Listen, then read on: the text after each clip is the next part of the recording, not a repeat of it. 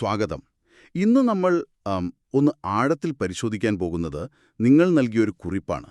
Mowgli, കാടിന്റെ ഹൃദയത്തിൽ നിന്ന് മനുഷ്യലോകത്തേക്കുള്ള ഒരു ഇതിഹാസയാത്ര. അതെ. ഈ കുറിപ്പുകളിലൂടെ പോകുമ്പോൾ ഒരു കാര്യം വ്യക്തമാണ്. ഇത് വെറുമൊരു അതിജീവനത്തിന്റെ കഥയല്ല. അല്ലേയല്ല. മറിച്ച് താൻ ആരാണെന്ന് അംഗീകരിക്കപ്പെടാനുള്ള ഒരു വലിയ പോരാട്ടമാണ്. ചെന്നായ്ക്കൾക്കിടയിൽ വളർന്ന ഒരു കുട്ടി അതെ. കാടിന്റെയും മനുഷ്യന്റെയും ലോകങ്ങൾക്കിടയിൽ പെട്ടുപോയി. ശരിക്കും ആ രണ്ട് ലോകങ്ങളും അവനെ എങ്ങനെയാണ് കണ്ടത് എന്നുള്ളതാണ് ചോദ്യം. അതെ, അവന്റെ കഴിവുകൾ അവനൊരു മുതൽക്കൂട്ടായോ അതോ ഒരു ശാപമായോ? നമുക്ക് ഈ കുറിപ്പുകൾ വെച്ച് ആ യാത്രയുടെ ഉള്ളറകളിലേക്കൊന്ന് ഇറങ്ങിച്ചെല്ലാം. തീർച്ചയായും. അപ്പോ കഥ തുടങ്ങുന്നത് തന്നെ വളരെ നാടകീയമായിട്ടാണല്ലോ. അതെ. ഒരു മനുഷ്യക്കുഞ്ഞ്, അവനെ കൊല്ലാൻ നടക്കുന്ന ഷേർഖാൻ എന്ന കടുവ, അതിൽ നിന്ന് രക്ഷപ്പെട്ട് ഒരു ചെന്നായുടെ ഗുഹയിലെത്തുന്നു. അവിടെ രക്ഷ എന്ന അമ്മ ചെന്നായുടെ ആ ഒരൊറ്റ നിലപാട്. അവിടെയാണ് എല്ലാം തുടങ്ങുന്നത്. അതെ, ആ രംഗം വളരെ പ്രധാനപ്പെട്ടതാണ്. രക്ഷ ഷേർഖാനോട് ഈ കുഞ്ഞെന്റേതാണ്, എന്റെ കുട്ടികളോടൊപ്പം ഇവനും വളരും എന്ന് പറയുമ്പോൾ അത് വെറുമൊരു മാതൃസ്നേഹത്തിന്റെ പ്രകടനം മാത്രമല്ല. അല്ല, അതൊരു വെല്ലുവിളിയാണ്. അതെ, അത് കാടിന്റെ നിയമവ്യവസ്ഥയില് ഷേർഖാന്റെ അധികാരത്തോടുള്ള ഒരു നേരിട്ടുള്ള വെല്ലുവിളിയാണ്. അവൾ ആ കുഞ്ഞിന്റെ മേൽ നിയമപരമായി ഒരു അവകാശം സ്ഥാപിക്കുകയാണ്. ശരിയാണ്. അവിടെയാണ് യഥാർത്ഥത്തിൽ മൗഗ്ലിയുടെ പോരാട്ടം തുടങ്ങുന്നത്. പിന്നീട് ആ തീരുമാനം ചെന്നായ്ക്കൂട്ടത്തിന്റെ കൗൺസിൽ റോക്കിൽ ഒരു ചർച്ചയ്ക്ക് വരുന്നു. അതെ. അവിടെയാണ് ബാലുവും ബഗീരയും വരുന്നത്. അവരുടെ ആ ഇടപെടൽ ഇല്ലായിരുന്നെങ്കിൽ കഥ അവിടെ തീരുമായിരുന്നു. ഉറപ്പായും. അവിടെ രണ്ട് വ്യത്യസ്ത തന്ത്രങ്ങളാണ് നമ്മൾ കാണുന്നത്. എങ്ങനെയൊക്കെയാണത്? കാടിന്റെ നിയമങ്ങൾ പഠിപ്പിക്കുന്ന ഗുരുവാണ് ബാലു. അദ്ദേഹം നിയമത്തിന്റെ വഴിയിലൂടെയാണ് സംസാരിക്കുന്നത്. ഇവനൊരു ദ്രോഹവും ചെയ്യില്ല, അവൻ കൂട്ടത്തിൽ വളർന്ന് നമ്മുടെ നിയമങ്ങൾ പഠിക്കും എന്നാണ് വാദിക്കുന്നത്. അതായത് അവനെ ഒരു ശിഷ്യനായി അവതരിപ്പിക്കുന്നു. അതെ, അങ്ങനെ നിയമപരമായ ഒരു പരിരക്ഷ കൊടുക്കാൻ ശ്രമിക്കുന്നു. പക്ഷേ ബഗീര കളിച്ചത് അതിലും വലിയൊരു കളിയാണെന്ന് തോന്നുന്നു. അതെ. വെറുതെ വാദിക്കുന്നതിനു പകരം താൻ വേട്ടയാടിയൊരു കാളയെ അവന്റെ ജീവന് പകരമായി നൽകുന്നു. അതോടെ അതൊരു ഔദാര്യമല്ലാതായില്ലേ? അതൊരു കച്ചവടം തന്നെ. പക്ഷെ അതിലൊരു വൈകാരിക തലമില്ലേ? ഉണ്ട്. കാടിന്റെ നിയമങ്ങൾ ഉപയോഗിച്ച് തനിക്ക് ഏറ്റവും പ്രിയപ്പെട്ട ഒന്നിനെ സംരക്ഷിക്കാനുള്ള ബഗീരയുടെ ഒരു മാർഗമായിരുന്നില്ലേ അത്? നിയമത്തിന്റെ ഭാഷയിൽ എഴുതിയ ഒരു സ്നേഹപ്രകടനം. അതെ. ആ ഒരൊറ്റ ഇടപാടോടുകൂടി മൗഗ്ലി ചെന്നായ്ക്കൂട്ടത്തിന് ഒരു ബാധ്യതയല്ലാതായി, പകരം ഒരു നിക്ഷേപമായി മാറി. ഒരു അസറ്റ്. അതെ. അവനെ സംരക്ഷിക്കാൻ അവർ നിയമപരമായി ബാധ്യസ്ഥരായി.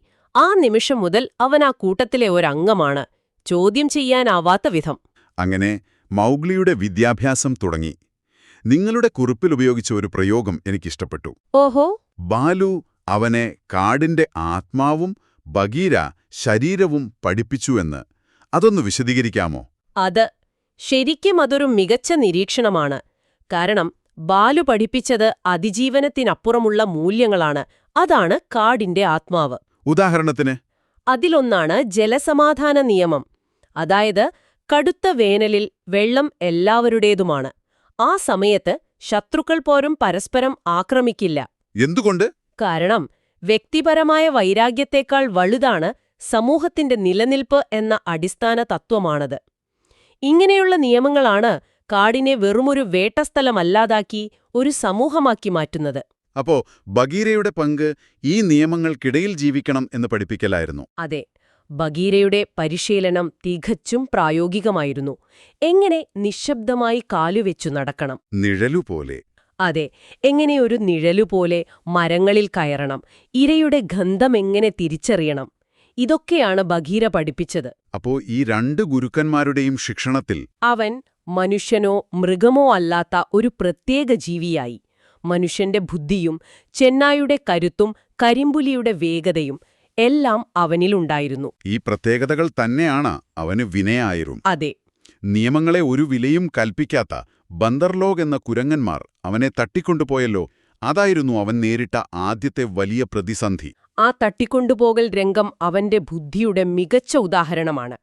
അവൻ പേടിച്ച് ബഹളം വെക്കുന്നില്ല. ഇല്ല. പകരം കാടിന്റെ പല ഭാഷകളും അറിയാവുന്നതുകൊണ്ട് ആകാശത്ത് പറന്നുപോകുന്ന കാളിനെന്ന കഴുകനോട് താൻ എങ്ങോട്ടാണ് പോകുന്നതെന്ന് അവരുടെ ഭാഷയിൽ പറയുന്നു. അവന്റെ ഗുരുക്കന്മാർ പഠിപ്പിച്ച പാഠങ്ങൾ അവിടെ അവന് തുണയായി. അതെ. രക്ഷാപ്രവർത്തനവും അതുപോലെ തന്ത്രപരമായിരുന്നു. ബാലുവിനും ബഗീറയ്ക്കും കുരങ്ങന്മാരെ ഒറ്റയ്ക്ക് നേരിടാനുള്ള പരിമിതികൾ അറിയാം. അതുകൊണ്ട് അവർ നേരെ പോകുന്നത് കുരങ്ങന്മാർക്ക് പേടിസ്വപ്നമായ കാളിയോടൻ എന്ന പെരുമ്പാമ്പിന്റെ അടുത്തേക്കാണ്. നിങ്ങളുടെ കുറിപ്പിൽ ആ രംഗം വളരെ മനോഹരമായി വിവരിച്ചിട്ടുണ്ട്. തണുത്ത ലോകിൽ വെച്ച് കാളിയോടൻ നടത്തുന്ന വിശപ്പിന്റെ നൃത്തം. അതെ, ബഹളം വെച്ചിരുന്ന ആയിരക്കണക്കിന് കുരങ്ങന്മാർ ആ ഭീമാകാരമായ ശരീരം നിലാവിൽ വളഞ്ഞുപുളയുന്നതുകൊണ്ട് ഭയന്ന് നിശ്ചലരാവുകയാണ്. അതൊരു തരം ഹിപ്നോട്ടിസമാണ്. ശാരീരികമായി നേരിടുന്നതിനേക്കാൾ മുൻപ് മാനസികമായി കാളിയോടൻ അവരെ കീഴടക്കുകയാണ്. ആ കാഴ്ച മൗഗ്ലിയുടെ മനസ്സിൽ പതിഞ്ഞിട്ടുണ്ടാവും. തീർച്ചയായും. പക്ഷേ ആ സംഭവം അവനെ രക്ഷിച്ചെങ്കിലും ചെന്നായ്ക്കൂട്ടത്തിൽ അവനൊരു അന്യനാണെന്ന തോന്നൽ ശക്തമാവുകയായിരുന്നു. അതെ, അവിടെ നിന്നാണ് കാര്യങ്ങൾ മാറുന്നത്. നേതാവായ അക്കേലയ്ക്ക് പ്രായമായി, വേട്ട തെറ്റി. അതേസമയം ഷേർഖാൻ തന്ത്രപരമായി യുവചെന്നായ്ക്കളെ മൗഗ്ലിക്കെതിരെ തിരിച്ചു. മനുഷ്യൻ കൂട്ടത്തിൽ വേണ്ട എന്നൊരു വാദം ശക്തമായി. ഇവിടെയാണ് കഥയിലെ ഏറ്റവും വലിയ വഴിത്തിരിവ്. അവനെ രക്ഷിക്കാൻ ഒരു മാർഗവുമില്ലെന്ന് വന്നപ്പോൾ ബഗീര അവനോടൊരു കാര്യം ആവശ്യപ്പെടുന്നു. എന്താണത്? മനുഷ്യന്റെ ആയുധമായ ചുവന്ന പൂവ്, അതായത് തീ കൊണ്ടുവരാൻ. കാട്ടിലെ ഒരു മൃഗത്തിനും നിയന്ത്രിക്കാൻ കഴിയാത്ത ഒന്ന്. അതെ, അതിനർത്ഥം ബഗീര യഥാർത്ഥത്തിൽ അവനോട് പറയുകയാണ്, നീ ഒരു മനുഷ്യനാണ്, നിന്റെ ശക്തി ഉപയോഗിക്കൂ എന്ന്. ആ തീ അവനെ രക്ഷിച്ചു. ഷേർഖാനെയും അവനെ എതിർത്ത ചെന്നായ്ക്കളെയും അവൻ ഭയപ്പെടുത്തി ഓടിച്ചു. പക്ഷേ ആ വിജയം അവനൊരു വലിയ വേദനയായിരുന്നില്ലേ? അതായിരുന്നു അവന്റെ ജീവിതത്തിലെ ഏറ്റവും വലിയ ദുരന്തങ്ങളിലൊന്ന്. എങ്ങനെ? ആ തീയുടെ വെളിച്ചത്തിൽ അവൻ കണ്ടത് തന്റെ സഹോദരന്മാരായി കണ്ടിരുന്ന ചെന്നായ്ക്കളുടെ കണ്ണുകളിലെ ഭയമാണ്. അവർ അവനെ ഭയക്കുന്നു. അതെ, ആ നിമിഷം അവന്റെ ഹൃദയം തകർന്നുപോയി. ആ വേദനയിലാണ് ജീവിതത്തിൽ ആദ്യമായി മൗഗ്ലി കരയുന്നത്. താൻ സ്നേഹിച്ചവർക്ക് മുന്നിൽ താനൊരു അന്യനായി, ഒരു ഭീകരജീവിയായി മാറിയിരിക്കുന്നു. താനിനിയൊരു ചെന്നായയല്ലെന്നവൻ തിരിച്ചറിയുകയായിരുന്നു. അതോടെ അവന് പോകാൻ ഒരേയൊരു സ്ഥലമേ ബാക്കിയുണ്ടായിരുന്നുള്ളൂ, മനുഷ്യരുടെ ലോകം. പക്ഷെ അതും അവനൊരു അന്യഗ്രഹമായിരുന്നില്ലേ? അവിടെയും അവന്റെ ജീവിതം എളുപ്പമായിരുന്നില്ല. ഒട്ടും എളുപ്പമായിരുന്നില്ല. അവനെ സ്വന്തം മകനെപ്പോലെ സ്നേഹിച്ച മെസ്വ അവിടെയുണ്ടായിരുന്നു. പക്ഷേ അവിടത്തെ നിയമങ്ങളും രീതികളും. അതെ, അവനത് മനസ്സിലായില്ല. കാട്ടിലെ നിയമങ്ങൾ അവന് ലളിതവും യുക്തിസഹവുമായിരുന്നു. വിശക്കുമ്പോൾ മാത്രം കൊല്ലുക, ദുർബലരെ സംരക്ഷിക്കുക. എന്നാൽ മനുഷ്യരുടെ ലോകത്ത് അവൻ കാണുന്നത് ബൾഡിയോയെപ്പോലെ നുണ പറയുന്ന അത്യാഗ്രഹികളായ അന്ധവിശ്വാസികളായ മനുഷ്യരെയാണ്. കാടിന്റെ നിയമങ്ങളിലെ സത്യസന്ധത മനുഷ്യരുടെ നിയമങ്ങളിൽ അവന് കാണാൻ കഴിഞ്ഞില്ല. ഈ യുക്തിയില്ലായ്മ അവന് വല്ലാതെ കുഴപ്പിച്ചു. അതെ, ആ സമയത്താണ് ഷേർഖാൻ വീണ്ടും വരുന്നത്. അതോടെ മനുഷ്യരുമായുള്ള പ്രശ്നങ്ങളിൽ നിന്ന് അവന്റെ ശ്രദ്ധ മാറി. അതെ, തന്റെ ജീവിതത്തിലെ ഏറ്റവും വലിയ ശത്രുവിനെ എന്നേക്കുമായി ഇല്ലാതാക്കാൻ അവൻ തീരുമാനിക്കുന്നു. ആ ലക്ഷ്യം അവനൊരു പുതിയ ദിശാബോധം നൽകി. അവിടെയാണ് നമ്മൾ മൗഗ്ലിയുടെ ഏറ്റവും മികച്ച രൂപം കാണുന്നത്. തീർച്ചയായും. ഷേർഖാനുമായുള്ള ആ അവസാനത്തെ പോരാട്ടം അതൊരു സാധാരണ ഏറ്റുമുട്ടലല്ല, ഒരു മിലിറ്ററി ഓപ്പറേഷൻ പോലെയാണ് നിങ്ങളുടെ കുറിപ്പിൽ. അതൊരു ഗംഭീരമായ ആസൂത്രണമാണ്.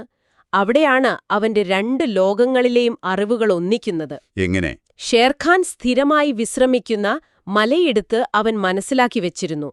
ഗ്രാമത്തിലെ പോത്തുകളെ രണ്ടായി വിഭജിച്ച് തന്റെ ചെന്നായ സഹോദരന്മാരുടെ സഹായത്തോടെ മലയിടുക്കിന്റെ രണ്ടു വശത്തുനിന്നും ഒരേ സമയം ആക്രമിച്ച് ഷേർഖാനെ നടുക്കുകുടുക്കി ചവിട്ടിക്കൊല്ലിക്കുക. അതെ, ഇത് കാടിന്റെ ഭൂപ്രകൃതിയും മൃഗങ്ങളുടെ സ്വഭാവവും അറിയാവുന്ന ഒരു സേനാധിപന്റെ നീക്കമാണ്. മനുഷ്യന്റെ ബുദ്ധിയും കാടിന്റെ തന്ത്രങ്ങളും അവിടെ ഒരുമിച്ചു. ഒന്ന് നിൽക്കൂ. അതായത് ആ ഗ്രാമത്തെ മുഴുവൻ ഭയപ്പെടുത്തിയിരുന്ന കടുവയെ കൊന്ന് അതിന്റെ തോലുമായി ഗ്രാമത്തിലേക്ക് വരുന്ന അവനെയാണോ അവർ കല്ലെറിഞ്ഞൊടിച്ചത്? അതെ. ഒരു നായകനാവുന്നതിനു പകരം അവനൊരു ദുർമന്ത്രവാദിയായി. അതാണ് ആ യാത്രയിലെ ഏറ്റവും വലിയ ട്രാജഡി. അവൻ മനുഷ്യരുടെ ഏറ്റവും വലിയ ഭീഷണിയെ ഇല്ലാതാക്കി. പക്ഷേ അവർക്കവനെ മനസ്സിലാക്കാൻ കഴിഞ്ഞില്ല. എന്തുകൊണ്ട്? അവന്റെ കഴിവുകൾ, മൃഗങ്ങളോടുള്ള അവന്റെ ആശയവിനിമയം, ഇതെല്ലാം അവരുടെ ഭയവും അജ്ഞതയും കൂട്ടി. അവൻ തങ്ങളിൽ ഒരുവനല്ലെന്ന് അവർക്ക് തോന്നി. അവനെ ദുർമന്ത്രവാദിയെന്ന് മുദ്രകുത്തി. അതെ, ചെന്നായ്ക്കൾ അവനെ മനുഷ്യനായതുകൊണ്ട് പുറത്താക്കി, മനുഷ്യർ അവനെ മൃഗമായതുകൊണ്ടും. ശരിക്കും ഒറ്റപ്പെട്ടു. ആ നിമിഷം അവൻ തിരിച്ചറിയുന്നു, തനിക്ക് ഈ ഭൂമിയിൽ ഒരിടത്തും സ്ഥാനമില്ലെന്ന്. അതോടെ അവൻ തിരിച്ച് കാട്ടിലേക്ക് പോകുന്നു, തന്റെ യഥാർത്ഥ കുടുംബത്തിലേക്ക്, ബാലുവിന്റെയും ബഗീരയുടെയും അടുത്തേക്ക്. അതെ. പക്ഷേ അവിടെയും കഥ തീർന്നില്ല. പ്രായപൂർത്തിയായപ്പോൾ അവനൊരു അസ്വസ്ഥത അനുഭവപ്പെട്ടു തുടങ്ങിയെന്ന് കുറിപ്പിലുണ്ടല്ലോ. ഉണ്ട്. കാടിന്റെ വസന്തം എന്നറിയപ്പെടുന്ന ഒരവസ്ഥയാണത്. എല്ലാ മൃഗങ്ങളും ഇണയെ തേടി പോകുന്ന കാലം. ആ സമയത്ത് അവന് വല്ലാത്തൊരു ഏകാന്തത തോന്നിത്തുടങ്ങി. അവൻ കാടിന്റെ അധിപനായി. ഷേർഖാനെ കൊന്നു. പക്ഷേ അവന്റെ ഉള്ളിലെ മനുഷ്യനെ അവഗണിക്കാനായില്ല. അതൊരു ആന്തരികമായ വിളിയായിരുന്നു. അതെ, സ്വന്തം വർഗത്തോടുള്ള, മനുഷ്യരോടുള്ളൊരു വിളി.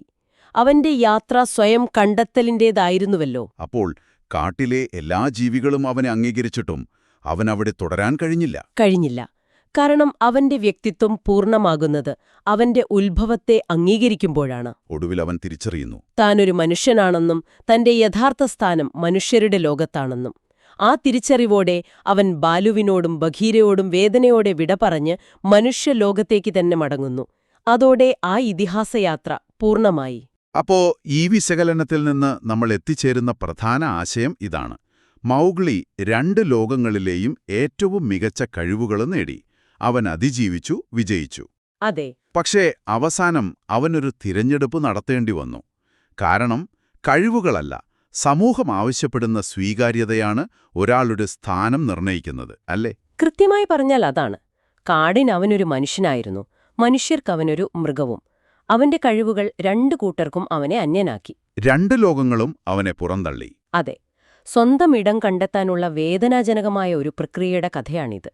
മൗഗ്ലിയുടെ ശക്തി രണ്ടു ലോകങ്ങളെയും സമന്വയിപ്പിച്ചതിലായിരുന്നു. പക്ഷെ അവന്റെ വ്യക്തിത്വം നിർവചിച്ചത് അവന്റെ ഉത്ഭവമായിരുന്നു. നിങ്ങൾക്ക് ചിന്തിക്കാനായി ഒരു ചോദ്യം കൂടി ബാക്കി വയ്ക്കാം. ഈ കുറിപ്പുകൾ കാണിക്കുന്നത് പോലെ മൗഗ്ലി അതിജീവിക്കാൻ രണ്ട് വ്യത്യസ്ത നിയമവ്യവസ്ഥകൾ ഉപയോഗിച്ചു: കാടിന്റേതും മനുഷ്യന്റേതും. ശരിയാണ്. ഒരു തരത്തിൽ നമ്മളെല്ലാവരും അങ്ങനെയല്ലേ? നമ്മുടെ വ്യക്തിപരമായ മൂല്യങ്ങളും നമ്മൾ ജീവിക്കുന്ന സമൂഹത്തിന്റെ നിയമങ്ങളും ചിലപ്പോൾ രണ്ട് വ്യത്യസ്ത ലോകങ്ങളായി തോന്നാറില്ലേ? തീർച്ചയായും. അതിജീവിക്കാനും നമ്മുടെ സ്ഥാനം കണ്ടെത്താനും ഇതിൽ ഏത് നിയമം പിന്തുടരണമെന്ന് നമ്മൾ ഓരോരുത്തരും ഓരോ ദിവസവും തീരുമാനമെടുക്കുന്നില്ലേ?